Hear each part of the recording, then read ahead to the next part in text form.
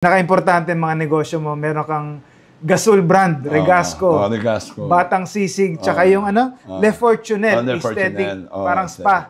So, ikaw ang prime example, Big Mac, na players preparing for life after basketball. Gaano ka-importante yun para sa mga players, and not just players, sa mga bata na dapat meron kang other skills?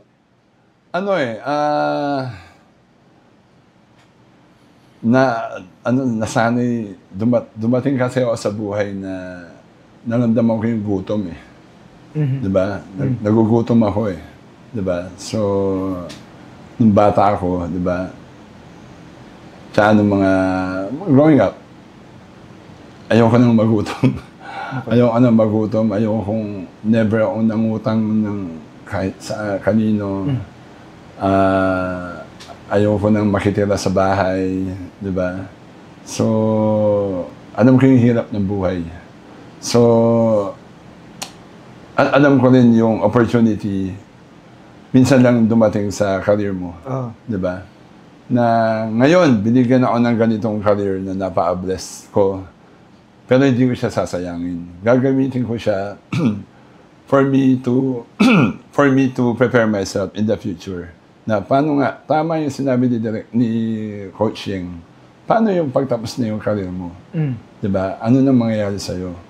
Kaya ngayon pa lang dapat paghandaan mo na. Kaya ngayon, habang kumikita tayo sa Batang Quiapo, sikat tayo, diba? Lahat ng opportunity pumapasok sa atin. Meron, di man lahat, meron opportunity, sponsors and everything. Financially, may pumapasok, diba? Hindi naman to by the millions, ha? Meron kaysa sa wala. Ginagawa ko, naisip ko na magnegosyo.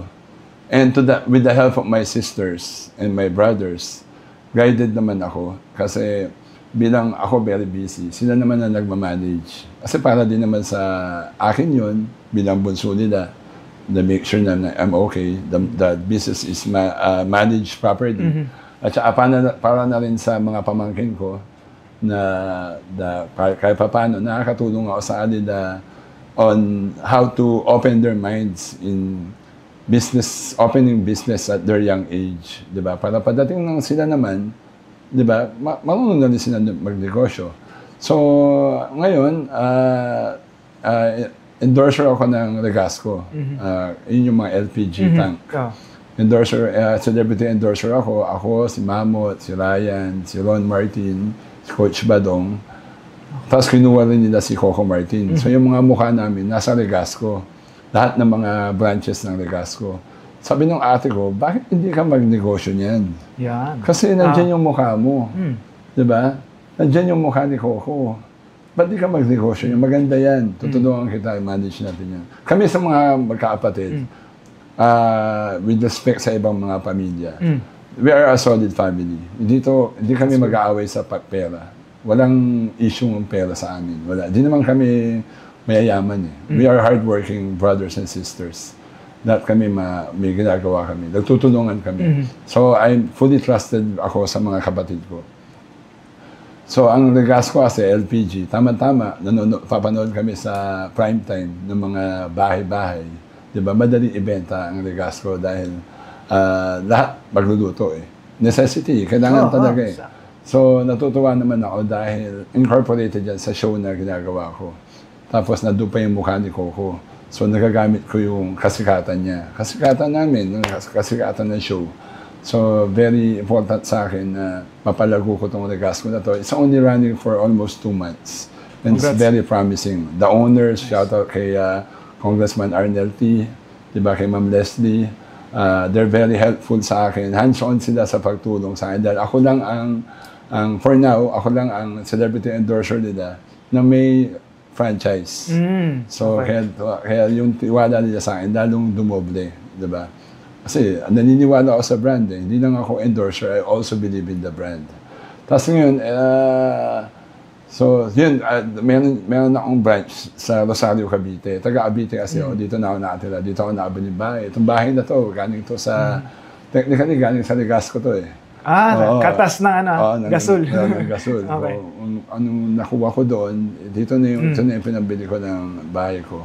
maliit lang naman, kahit papano, di ba? Tapos, yung kotse ko, galing sa, pinaghalo ng ano to, Batang Quiapo, MTRCB, and Legasco. Di ba? Pero meron more on Legasco.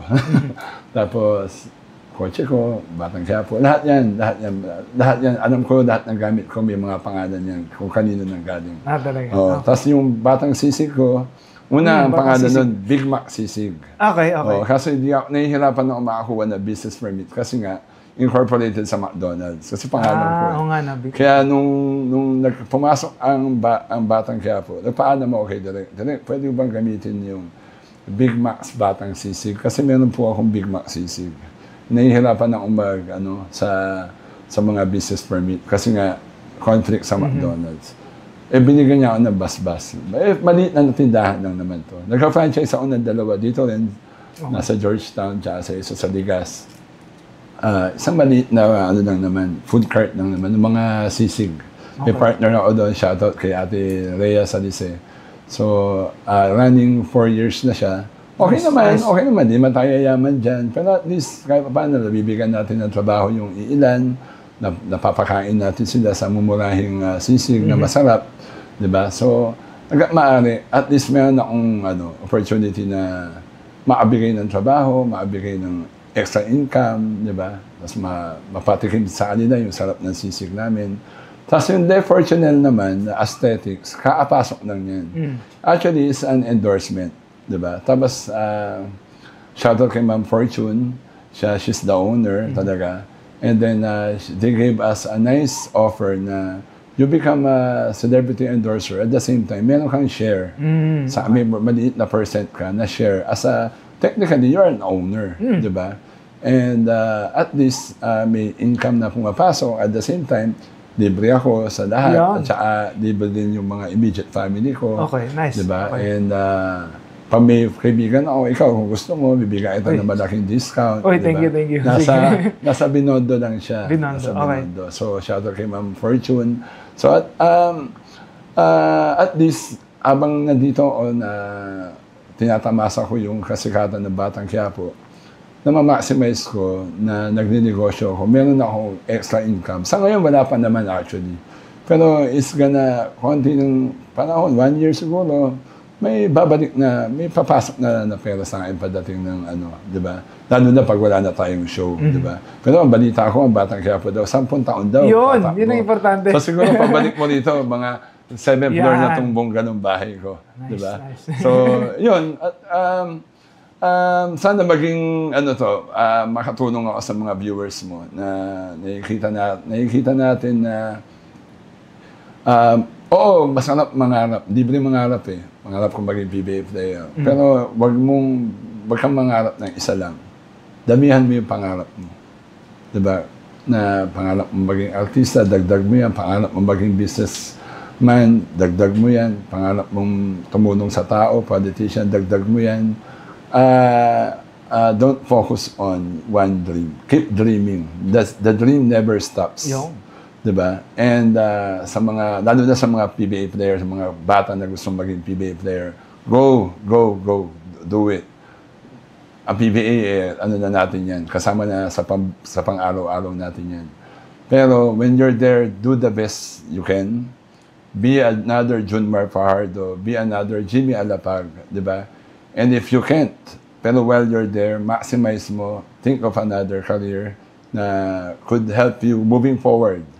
Diba? Kasi the progress never stops. Should never stop. Diba? And lagi tayong nagugutom. Magugutom at magugutom tayo. Kakain tayo. Kailangan natin kumain. So, yung kayod sa buhay, dapat tuloy-tuloy. Basta legal. Legal, walang illegal, bawal yun. Diba? Wala tayong aapakan na tao. So, ang buhay natin, dapat tuloy-tuloy lang. So, yun. Be like Big Mac. Or sabi mo nga, hashtag mo, Bigger Mac. Yun. Hashtag Bigger Mac, bigger purpose. Laging may bigger purpose. Laging bigger purpose ng PBA player, bigger purpose na artista, lahat, lagi mong iisipin na may mas malaki ka pang purpose. Hindi lang ikaw yan. Kung ano ka ngayon, huwag kang mag-settle dyan. Be more. Be more. Kaya sa ngayon, Big Mac ko. Big Mac, bigger purpose.